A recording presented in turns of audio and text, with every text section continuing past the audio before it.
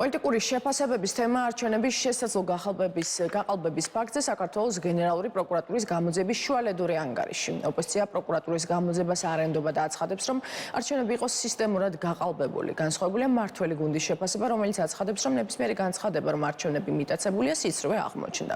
საქართველოს გენერალური პროკურატურის ინფორმაციით, მოწმეთა უმეტესობამ გამოძიებას ვერ მიაწოდა ვერანაირი მტკიცებულება არჩევნების სავარაუდო გაყალბების თაობაზე. ექსპერიმენტის ფარგლებში კი, რომელიც უწყების განცხადებით საერთაშორისო ექსპერტების ჩართულობით დაიგეგმა, გამოირიცხა ერთი ამორჩევლის მიერ, როგორც სხვადასხვა, ისე ერთსა და იმავე საარჩევნო უბანზე გამეორებითი თუ მრავალჯერადი ხმის მიცემის თეორიული შესაძლებლობა. საგამოძიებო პროცესი ისევ გრძელდება.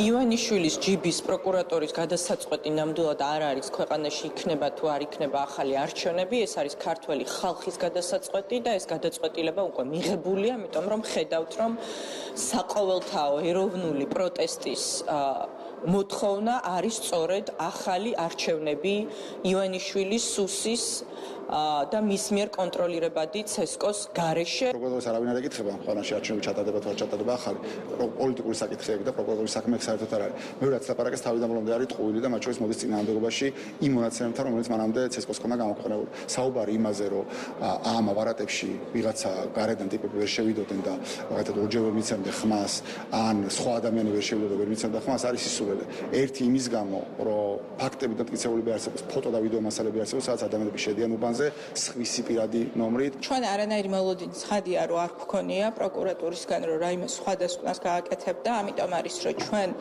იმ თავითვე მოვითხოვეთ საერთაშორისო გამოძიება, თუმცა შემიძლია გითხრათ, რომ დღეს უკვე იმდენი დრო გავიდა არჩევნებიდან, რომ ეს ხელისუფლება, რომელსაც ხელთა აქვს ყველა ბერკეტი, რომ გაანადგუროს მათ შორის საკუთარი დანაშაულის კვალი, ამ მიმართულებით ცხადია, რომ მუშაობს ძალიან აქტიურად და იმუშავა. საქართველოს პროკურატურამ არჩევნების შემდეგ დაიწყო ფსევდო გამოძიება იმისთვის, რომ დაედგინა, რომ რეალურად 2024 წლის საპარლამენტო არჩევნები არ გაყალბებულა. საქართველოს პროკურატურის მიერ დაწყებული გამოძიებით ივანიშვილი ცდილობს, რომ გადაარჩინოს საკუთარი რეჟიმი და ცდილობს, რომ შიდა ლეგიტიმაცია მოიპოვოს ჩვენს ქვეყანაში, თუმცა რა თქმა უნდა, ნდობა არის ძალიან მცირე ამ გამოძიების მიმართ. ის ამით ვიარა არჩევნები დასრულდა და ამ პერიოდის განმავლობაში ოპოზიციამ ვერ წარმოუდგინა ვერც ერთი მტკიცებულება, მიუხედავად იმისა, რომ მათ არ ითანამშრომლეს, არ წარადგინეს შესაბამისი მტკიცებულებები, პროკურატურამ მაინც გამოძიების ფარგლებში